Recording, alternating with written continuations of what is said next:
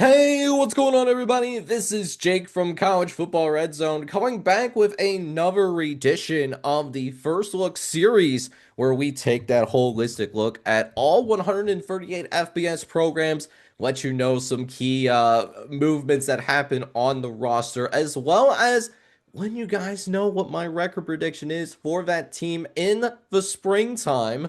So hopefully you're excited for another edition of the First Look series here as we continue to march closer to the start of the college football season.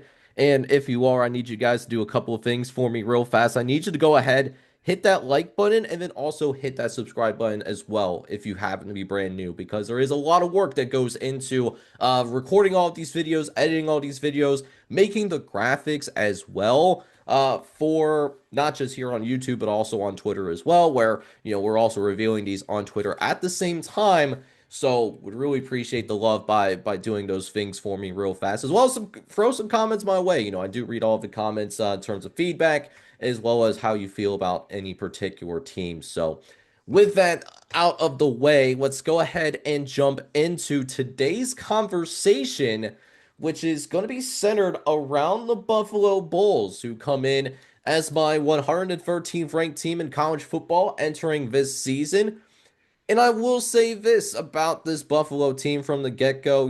I thought this Buffalo team was going to be bound to not only possibly win the MAC last season, but I really thought that this was going to be a football team that could have been a sneaky pick to make it to the college football playoff as the G5 representative. But it didn't turn out that way whatsoever. They actually ended with a pretty disappointing season in year number two under Pete Lambeau.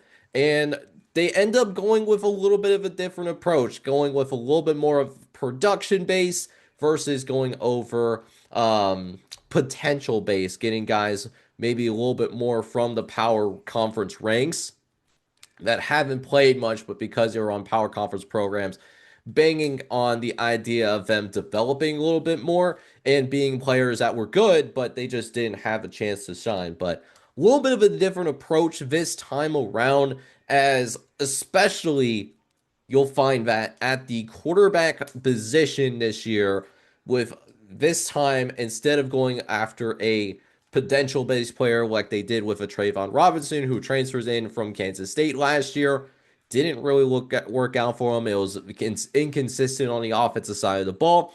This year, they go with somebody that wasn't in the FBS ranks last year, but was very productive at his last stop, and that is the quarterback in Elijah Holmes out of Wingate, who threw for over 3,300 yards, 27 touchdowns.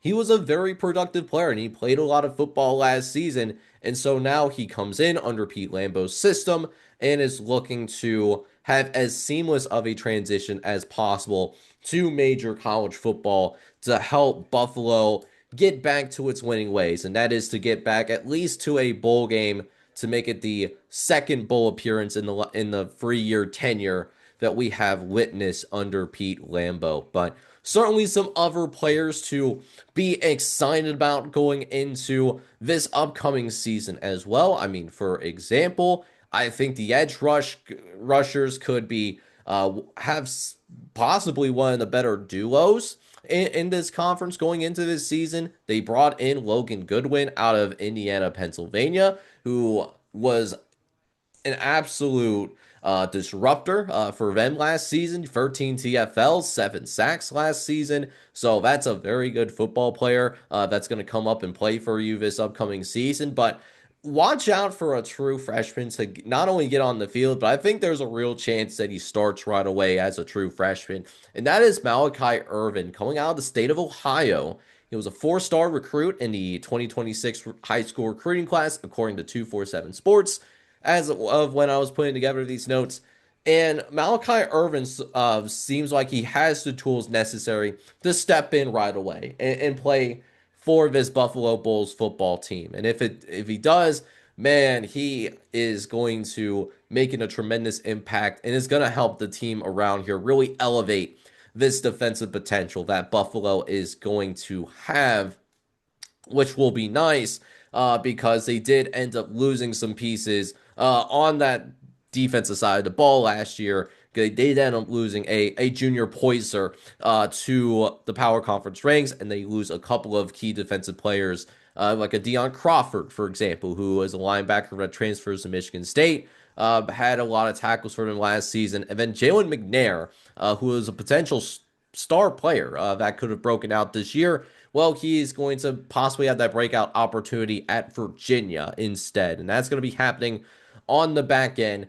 Did think that they did a nice job of backfilling at least the linebacker loss in Deion Crawford, because they did at least bring in Zach Bergman from Missouri Southern State, who had a lot of really good plays for them last year, over 100 tackles, 5.5 TFLs as well. So Zach Bergman strikes me as the type of player that is going to fly all over the field. But truly, the two biggest questions that I have more than anything is, we have a productive quarterback, but who is he gonna throw the football to? Somebody has to step up in that wide receiver room, because they did end up losing two of their top wide receivers to the power conference ranks as well. They lose a Victor Snow who transfers to NC State. He had over 900 yards from the line of scrimmage and was their primary red zone target as well. He had 10 touchdowns last season. They also ended up losing Nick McMillan, who didn't have as many touchdowns. He only got into the end zone 3 separate times last season, but put up a lot of receiving yards in the process, almost 1,000 yards, even in a year in which the offense was very inconsistent. That's still a very good year, and he was a bright spot in what was overall a disappointing season for the Bulls last year. Other question that I do have is, I do worry about the special teams a little bit as well. They do lose Dylan Drennan, the punter, to Purdue. And Dylan Drennan was an all-conference player for the Buffalo Bulls last year. So losing an all-conference punter definitely hurts the special teams, which, with many of these MAC teams being similarly rated to each other, there's going to be a lot of swing games in the MAC, which means that there is some possibilities of, maybe Buffalo disappointing once again, because maybe the special teams isn't what needs to be at this time. So there is that world that exists. But overall, I do think that from a record perspective, we do see them improve in comparison to last season. And speaking of that record prediction, let's go ahead and see, what do I have for the Buffalo Bulls, right? So UMass, I will say this about this schedule first and foremost. So UMass gets a lot of irk and gets a lot of irie in terms of having multiple FCS teams on his schedule this upcoming season. But as you can see, UMass is not the only team that's doing that. Buffalo is also a program that does have two FCS teams, and they're playing both of them in the month of September as well. So from the get-go, I do think that Buffalo does have two safe wins straight away with those FCS opponents, playing both Robert Morris and Albany. And I don't think either of those teams, and the FCS folks can let me know if I'm wrong on this, neither program made the FCS playoffs last year. So these should be two somewhat safe wins for the Buffalo Bulls. They do also have the benefit of playing UMass at home, and while I think UMass, as I talked about them on their first look series, I do think that UMass is going to be an overall improved team from last year. I still think that they're going to be at the bottom of the barrel, and they have the most to prove out of any program in the country holistically. So having them at home, I think, benefits the Buffalo Bulls at this time as well. So that is something to certainly keep an eye on moving forward. But what about some of the other games that they have on their schedule right now? We got FIU on the road. That's certainly a winnable game as well for Buffalo. FIU under Willie Simmons. They had a good year last year, but could be a little bit of a transition year. We'll just have to wait and see on that one. They do also have two of their tougher MAC opponents in the first half of the season as well, playing the defending conference champions in Western Michigan, but you do at least get them at home. So that at least gives the benefit of Buffalo having at least a puncher's chance of pulling that upset off, as well as playing Toledo, which is still a highly regarded team. You're playing them on the road. new coaching staff under Mike Jacobs, so maybe a little bit more vulnerable, but still one of the better teams from a pure talent perspective. But still a winnable game, though. It's not to the point where it's not a safe loss, in my opinion. Not like what I'm calling for Miami, which I think is probably one of the better teams in this conference. But the second half of the schedule certainly lends itself to the ability to have a strong finish. And that strong finish is how I think Buffalo is going to get themselves back into bowl season and improve off of what they ended up doing in the 2025 campaign. That 5-7 finish. I think they've win more than 5 games. Playing Bowling Green at home, and Bowling Green is still finding their footing under Eddie George, and I say that Pete Lambeau has a coaching advantage over Eddie George in a game that's ultimately happening at home. Ball State is still probably about a year away from realistically being at least a mid-tier team in this conference right now.